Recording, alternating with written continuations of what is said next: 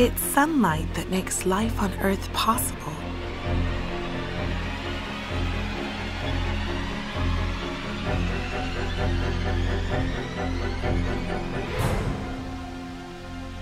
The sun, our star, just a giant ball of burning gas. How long could it have been there?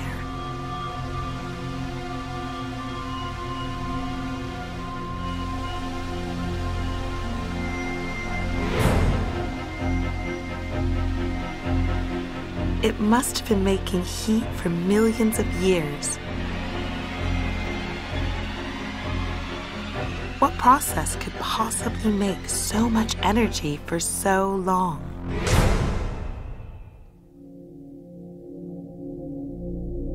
Understanding the mechanism on how the sun produces photons explains how old is the sun. And this question is related to neutrinos. Albert Einstein's famous equation, E=mc², showed that a tiny amount of mass could, in principle, be converted into a tremendous amount of energy. Physicists believe that the core of the sun acts like a nuclear fusion reactor. The main process is the proton-proton chain reaction, where hydrogen nuclei are fused to form helium, producing vast amounts of energy which balances the gravitational collapse of the star. However, the chain also contains other secondary processes, some very rare, which produce other particles and energy. These nuclear reactions are the only feasible way to continuously produce the amount of energy observed for billions of years. We can easily see and understand the light coming from the sun by observing the full spectrum of photons arriving at Earth, but they come from the surface and atmosphere of the star. How can we see inside the sun? How can we confirm the existence of fusion? Surprisingly, the answer comes in the form of a practically undetectable particle. When a nucleus decays, it emits energetic particles and becomes a more stable isotope. In the early 20th century, accurate measurements of the energy of beta decay products found that if only the nuclei and electron were involved, energy and momentum were lost in the decay. To reconcile this observation with the universal conservation of energy, Wolfgang Pauli, writing in 1930, felt obliged to invent a particle without mass or electric charge that could participate along with the nuclei and electron in the decay. Postulating a particle with little evidence for existence caused Pauli some worry. He said, "I've done a terrible thing. I've postulated a particle that cannot be detected." This particle was later dubbed neutrino, or little neutral one, by Enrico Fermi in his theory of beta decay. 10 years later, Wang Gancheng proposed that the neutrino could be detected in a rare process known as beta capture. In the same nuclear reaction at the core of the sun, neutrinos are emitted at a rate of 1 neutrino for every million photons. 90% of the neutrinos are released in the first proton-proton reaction. The most energetic neutrinos are produced in the so-called proton-proton 3 chain reactions, but are much less abundant as this reaction is far less probable, accounting for only 0.11% of the energy produced in the sun.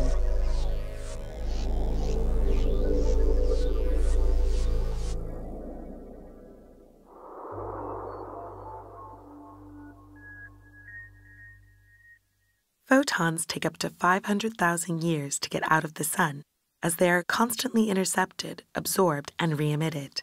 But neutrinos, having no electric charge, travel in a straight line from the core of the sun. They come out at the speed of light as soon as they are created. Hypothetically, about 3% of the total energy radiated by the sun is in the form of neutrino. The flux of solar neutrinos at the Earth's surface is on the order of 60 billion per square centimeter per second. Unlike light, neutrinos travel through us, so about 1 trillion solar neutrinos pass through your thumb every second. Neutrinos are the most abundant particle in the universe after photons. But how can we see them? How can we detect something that is not affected by the electromagnetic force and has no mass? How can we see a particle that supposedly interacts with nothing? In 1962, John Bacall, a theoretical physicist from the California Institute of Technology, was introduced to Ray Davis Jr. by Willie Fowler, who was looking for a system to detect solar neutrinos. Ray Davis asked Bacall to calculate what amount of neutrinos the sun could produce and be captured by his detector. So Bacall calculated the neutrino capture rate in the current solar model by hand. In the early 1960s, John Bacall and Ray Davis started to consider how to verify how the sun shines. 1964 is the birth of neutrino astrophysics, with a back-to-back paper by Ray Davis and John Bacall. The idea was to design a solar neutrino trap. Earth's surface is constantly being bombarded by many forms of radiation, like cosmic rays and solar particles. The detector had to be underground to prevent interference from these and other atmospheric particles. With this in mind, it was built inside the Home State Gold Mine in Lead, South Dakota, at the depth of 1,478 meters. The detector was a huge 380 cubic meter tank filled with a common dry cleaning fluid, tetrachloroethylene, which was chosen because of the amount of chlorine in the compound. Upon collision with a neutrino, a chlorine atom transforms into a radioactive isotope of argon, which can be extracted and counted. It was necessary to use so much target material because there is a very small probability of a successful neutrino capture. Ray Davis designed a way to collect the argon that formed. Every few weeks, he bubbled helium through the tank to collect the radioactive argon. Counting the amount of atoms allowed him to determine how many nuclei had undergone the reaction induced by a neutrino, so it was able to determine how many neutrinos had been captured.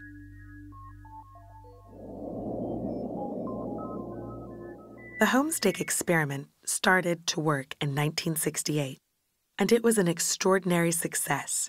For the first time, neutrinos from the sun were detected.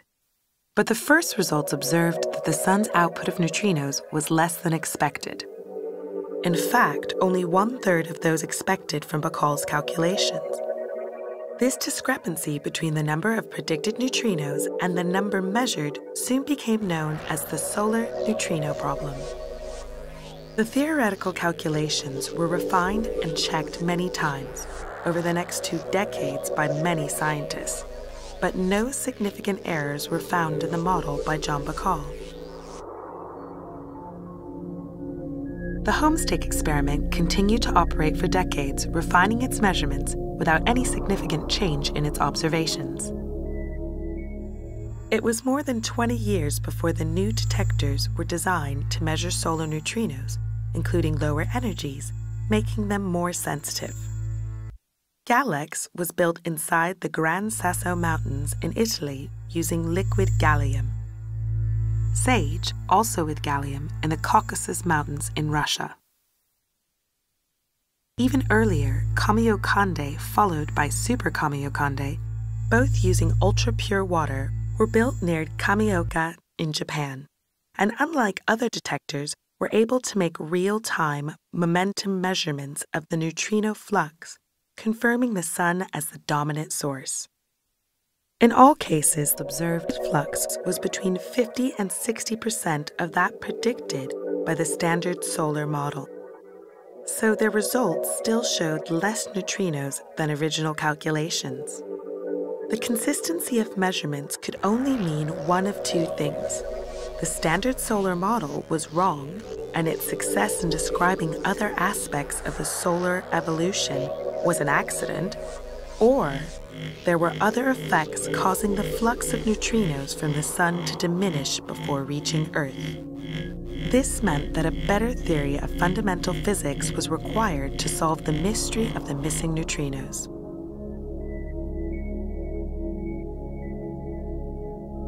In the early 2000s, the SNOW experiment that was able to measure electroneutrinos and also all the flavors of neutrinos, all the families of neutrinos, confirmed that the solution to the solar neutrino problem was that neutrinos change flavor.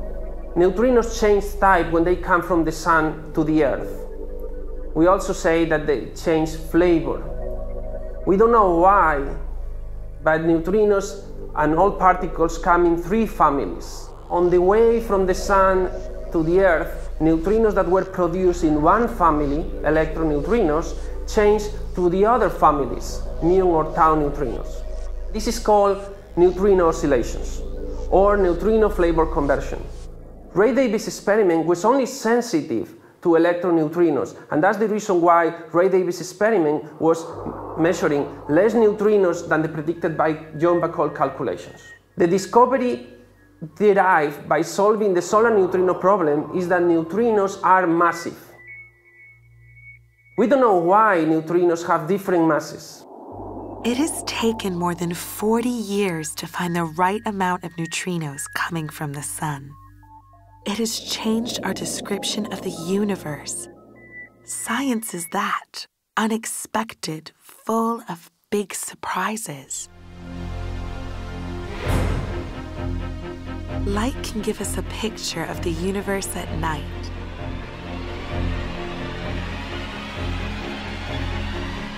We see photons coming from the stars, galaxies, far objects. Photons are the most abundant particles in the universe.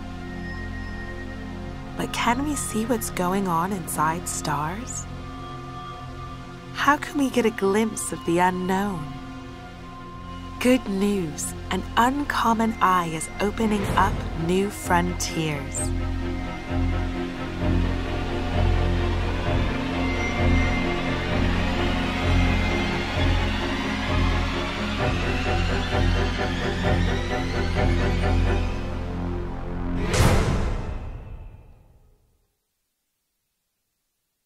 Why doing astronomy with neutrinos when they are so hard to detect?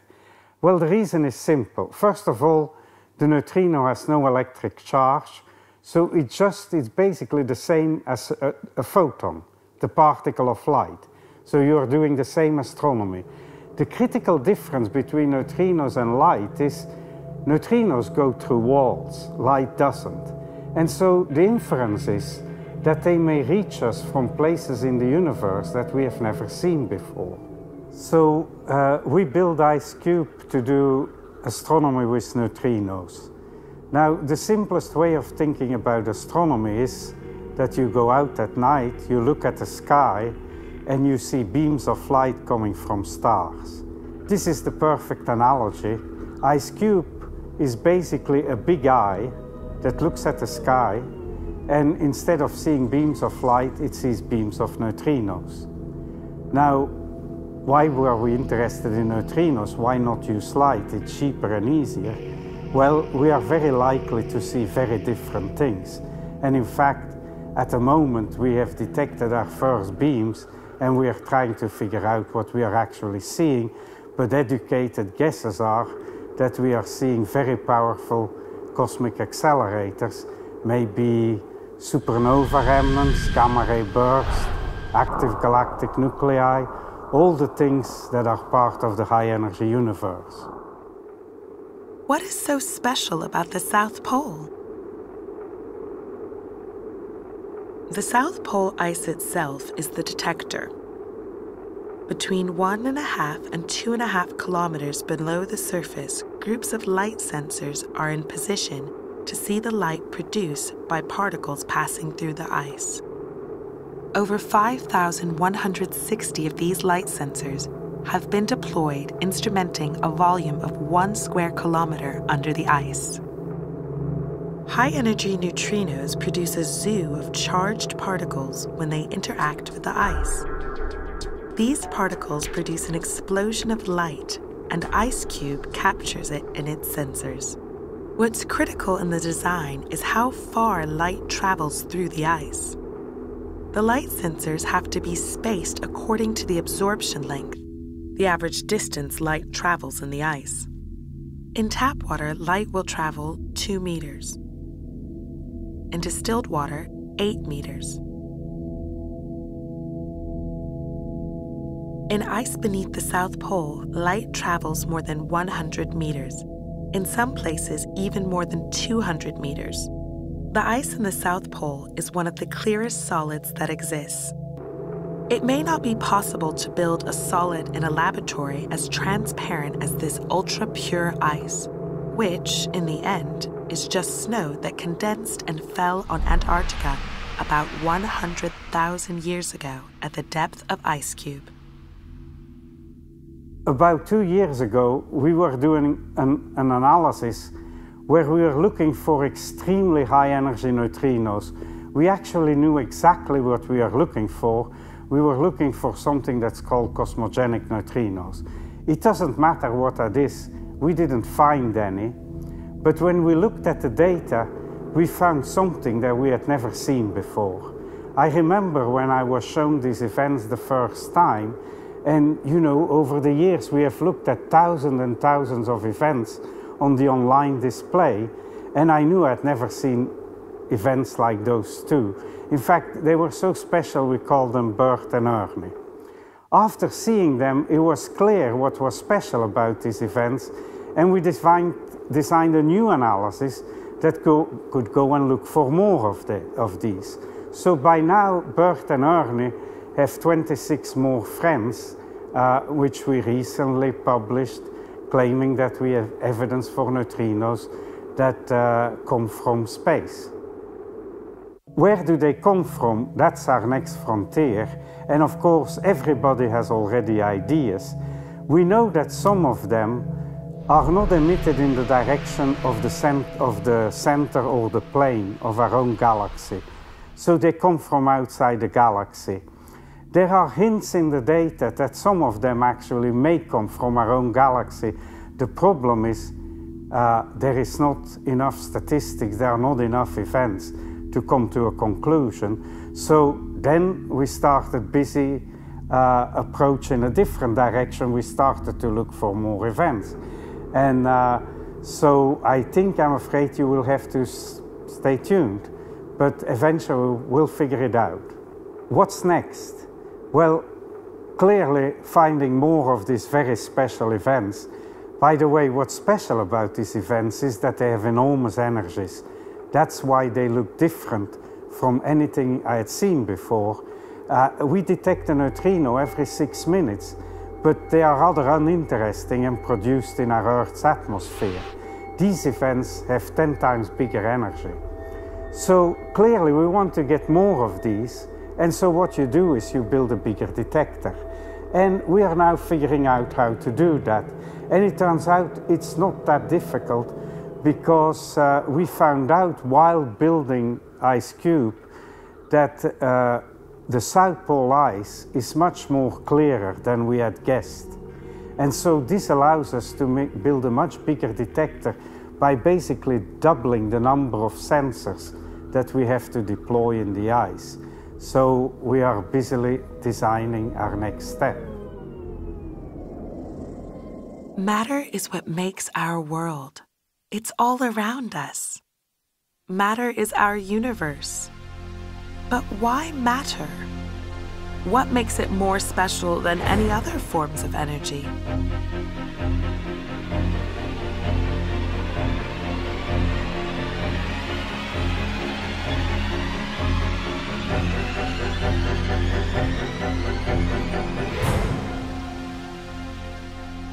Trillions of particles pass through us every second. One of them is so faint that it is extremely hard to detect. Could it be the answer to this question? How could we find out? How can you find a grain of salt on a beach? There are 3 types of beta decay. Standard beta decay involves the nucleus decaying by emitting an electron and a neutrino. The second is double beta decay, where 2 electrons and 2 neutrinos are emitted simultaneously.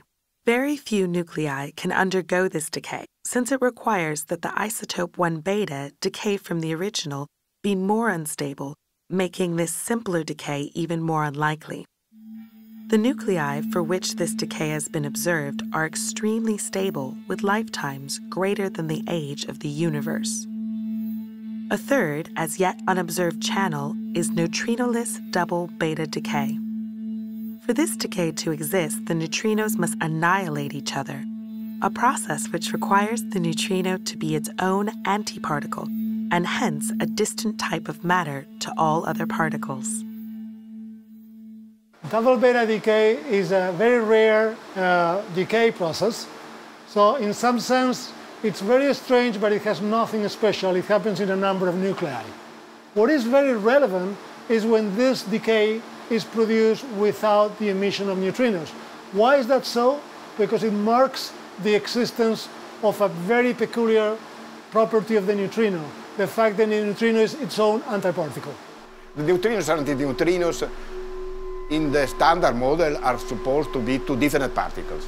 If this process happens, neutrinos and antineutrinos are the same particle because the nucleus that decay, the neutrino exists inside the nucleus. It is an exchange between two parts of the nucleus to make possible this decay. This decay was foreseen by Majorana in 1938 already. Neutrino would be, in this case, also antineutrino. That is like matter to be also talking to antimatter. And in the universe, you have only practically matter. So that might be an explanation why matter is so dominating in the universe. We wanted to be able to make an experiment that could display a large mass and with very clean signal. And there were a number of ideas around, but eventually it came out of a discussion with Dave Nygren, a professor from Berkeley, who had the idea since a long time of using xenon. So we started to discuss. We came up with the idea we could build this chamber for the Confront experiment, and so next idea was born. Next is a simple idea. It's a pressure chamber. Basically, it's a pot at high pressure in which you feel a lot of xenon. Xenon is a gas that has the capability of scintillating, producing ultraviolet light. We are able to use this ultraviolet light to give us the signals that we will use to detect the eventual disintegration of a particle. So what next great idea is the fact that the same gas that we use as a target because it can decay as a double beta is the very same detector that will tell us that the decay has happened. Next is contained within a pressure vessel made of a low radioactivity titanium steel alloy. Xenon gas is continuously purified and flowed through the vessel. The central part of the vessel contains a system to produce a directed electric field, the field cage. The field causes electrons liberated from their atoms by passing charged particles to move towards the amplification region. A plane of sensors at the opposite end of the vessel measures the deposited energy, while another, more finely instrumented and directly behind the amplification region, records the event topology.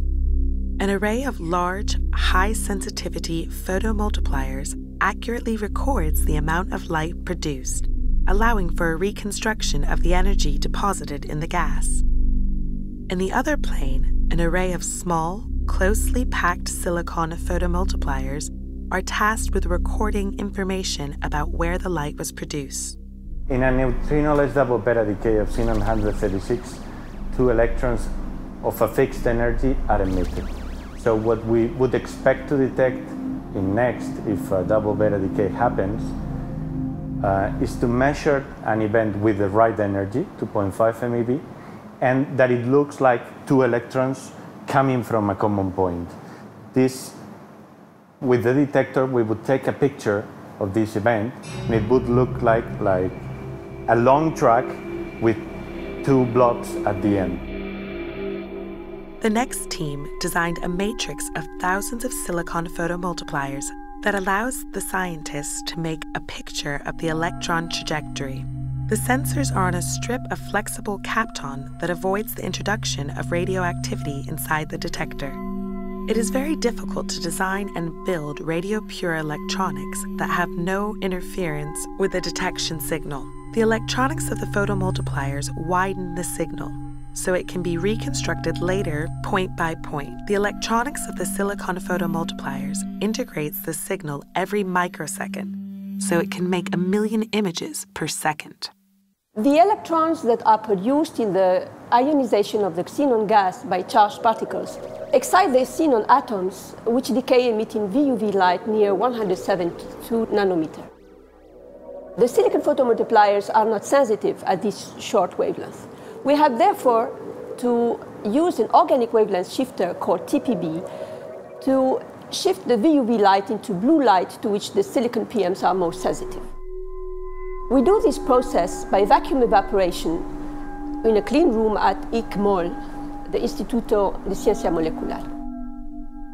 The vacuum evaporation of TPB allows us to obtain very clean and uniform coatings on the silicon PMs, which make them able to record the xenon scintillation light and perform the tracking function in the TPC. We're being bombarded constantly by particles. How can we get a clean signal when we're surrounded by such din? How can we see a glint through the glare? The Confront Laboratory was first conceived by Ángel Morales and other researchers at the University of Zaragoza in 1985. This first proposal to build experimental areas inside the old train tunnel under the Pyrenees was dismissed, but later a larger facility was built. Placing detectors for rare events underground shields them from much of the radiation coming from the sun and atmosphere, stopping the interesting signals from being overwhelmed, much like the light from distant stars can be overwhelmed by the light from the sun or moon. Next, we'll search for Neutrinoless double beta decay in the Canfranc Laboratory. Why are we here? We know that the universe is made of matter and not of antimatter. We also know that the early universe should have been made up of equal parts matter and antimatter. But where did all the antimatter go? Could this ghost of a particle hold the key? Could a Majorana neutrino cause the universe to favor matter? The implication of a neutrino that is its own antiparticle could be the reason why we are here to ask the question. The reason why NEXT is important and we think that it may have a great future for science is that discovery that the neutrino is its own antiparticle may take a great effort. It may require to have masses of up to 1 ton of xenon. No other experiment is capable, we think, of deploying at the same time the great energy resolution, the good topological signal, and the large mass that we can deploy next. Therefore, we do think that as the problem of discovering the neutrino as its own antiparticle becomes more and more difficult, NEXT has more and more chances of being the discovery experiment. An interesting question is, why do we do this kind of science? Why do we search for these rare events? And how do we know that we're going to succeed? The answer, as a matter of fact, is that we don't know, but we are willing to take the risks. It's very interesting to compare what we are trying to do in NEXT, searching for Neutrinoless double beta decay experiments, with the recent success of the IceCUBE experiment run by Francis Halsen. What Halsen has told us is that when they proposed the experiments, they gave a number of arguments. None of those arguments were exactly true. None of those arguments were perfectly convincing. And as a matter of fact, all the original ideas about the detector were good, but not exactly as good as you could imagine. But at the end, things work. At the end, you put the faith, the passion, the years of work, and you end up discovering something that you didn't even expect. I think that what science is all about is not finding what you expect to find. It's to finding something you didn't have any idea you were going to find. It's to find the unexpected.